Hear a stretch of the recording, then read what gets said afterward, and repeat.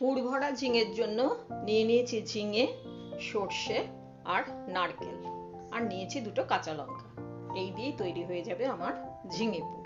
খুব সিম্পল রান্না, তোমরা সঙ্গে থাকো।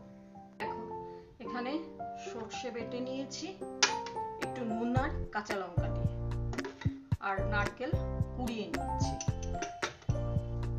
আর এই যে ঝিঙেগুলো মাঝখান থেকে এইভাবে চিড়ে আমি রেখেছি, পুরোটা কাটিনি, এর মধ্যেই কিন্তু আমি পুরটা ভরবো।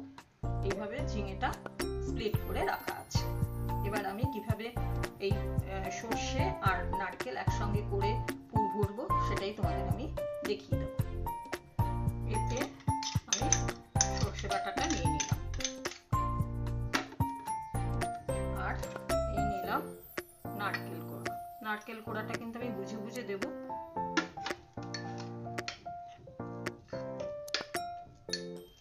একটু টাইট রাখতে হবে, এটাতে আমি নুন দিয়েই করেছি তাই, আর আমি নুন এক্সট্রা দেব না, শুধু দেব একটু সামান্য চিনি। এই ঝিঙে গুলোতে নুন আর হলুদ একটু দিয়ে দিই, আর দিয়ে দিলাম হলুদ।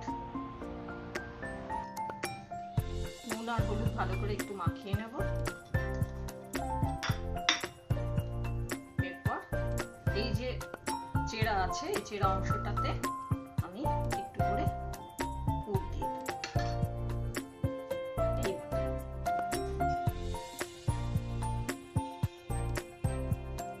খুব বেশি কিন্তু দেয়া যাবে না, তাহলে ভাজার সময় বেরিয়ে যাবে, কাজেই বুঝে বুঝে একটু দিতে হবে।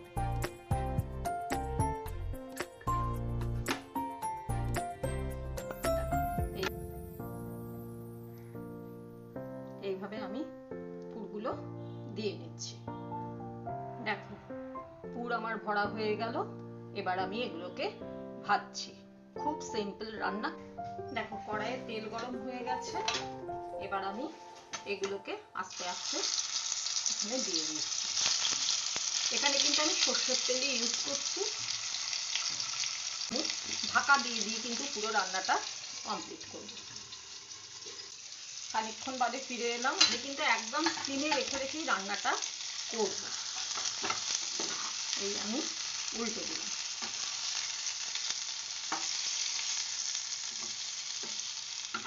এইভাবে পুরোটাই উল্টে দিচ্ছি, এবং সিমেই কিন্তু আমার পুরো আঁচটা রয়েছে। আবার আমি ঢাকা দিয়ে দিচ্ছি, আবার খানিকক্ষণ বাদে ফিরে আসবো। কিছুক্ষণ পর ফিরে এসে আবার একটি আমি উল্টে দিচ্ছি। দেখো, এপিঠ কিন্তু আমার হয়ে এসেছে। দেখো, সবগুলোই আমি উল্টে দিলাম। ওপিঠ আরেকবার একটু হবে, তারপর আবার আমি এটাকে ঢাকা দিয়ে ওপিঠটা ভেজে নেব। খানিকক্ষণ বাদে ফিরে এলাম। একদম কিন্তু রেডি হয়ে গেছে। এবার এখন খানিকক্ষণ গ্যাস অফ করে দিলাম।